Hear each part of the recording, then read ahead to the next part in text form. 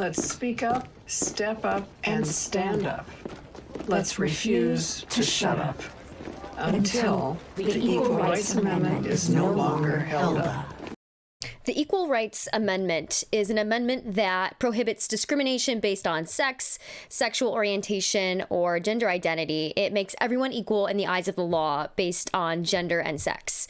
It sounds like something that is definitely implemented today in 2022 America, but if you were to think that, you would be wrong. This amendment was introduced in 1923 as part of the feminism movement, and it's been just about 100 years. And actually, it's still not a part of the Constitution. It's still not actually an implemented amendment. It needs 38 states ratified. It only has 35. Now, there was a hearing that took place on this topic earlier this year, and that's something I want to take a look at today. I specifically want to focus on comments made by Republican Representative Louis Gohmert of Texas's 1st Congressional District. Let's take a listen to hear what he had to say.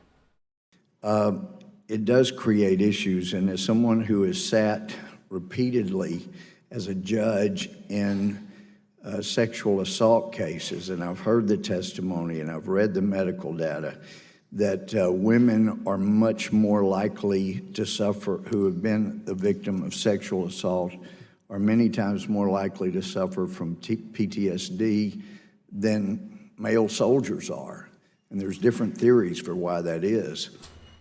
And that a woman in a private area, like for example, a restroom, are confronted by what absolutely appears to be a man by all external appearances, is caused to suffer that trauma all over again.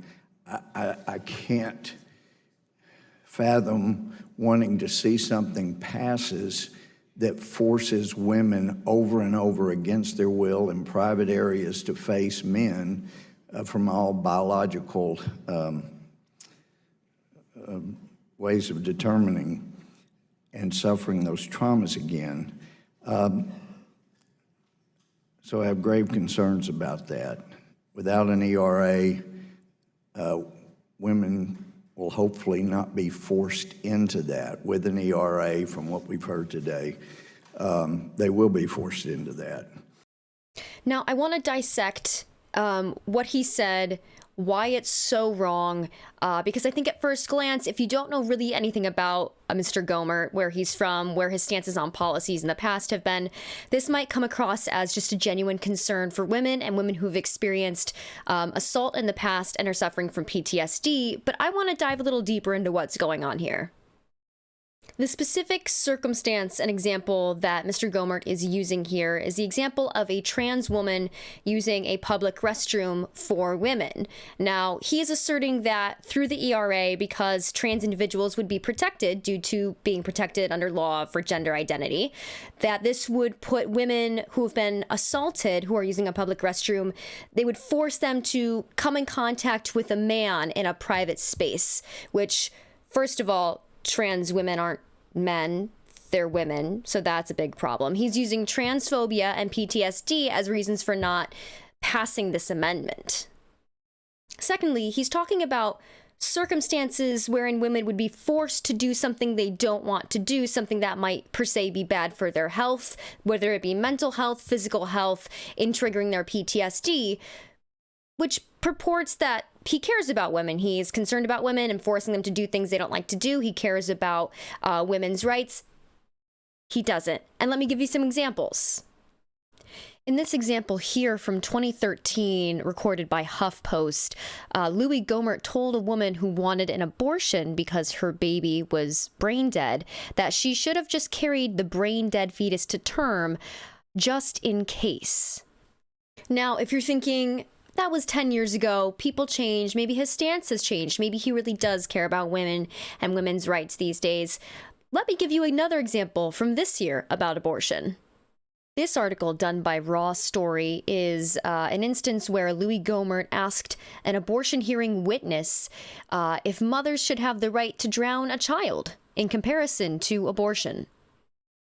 Gohmert, using PTSD, sexual assault, and transphobia in order to purport this narrative that he cares about women when he really doesn't, just so that the ERA doesn't pass, is disgusting whataboutism, and it's not gonna fly. And I'm not the only one who noticed. Ms. Jackson Lee had a really good rebuttal that I'd like you to take a listen to now. This brings back memories of the debate of the 13th Amendment. And opposition can be found for anything. Who would imagine that there would be this vigorous debate and this fight, as evidenced by history and the work of President Lincoln, to get this nation to stand against slavery, and the debate, why we should do it. And so I want to be able to answer the question that was asked by my good friend from Texas. We begin this all over again. This will implode the 35 states we already have, because now more attuned to the arguments, there will be a mountain of opposition, false premises, the false premise of abortion, even though the Ninth Amendment and various cases have indicated a woman's right to choose, and we might not even get to the 35 that we already have. We can't afford to go backwards. She's right. And I wish I had more of a positive takeaway for you for this video, like I normally do. All I can say is keep fighting, keep marching, keep speaking up. That is what's going to get us there. That's what's got us there in the past, and it will continue to work this time. Thank you so much for watching. If you enjoyed this video, if you got anything out of it, please like and subscribe. It really helps out the channel, and it's free. And I will see you in the next video. Thank you.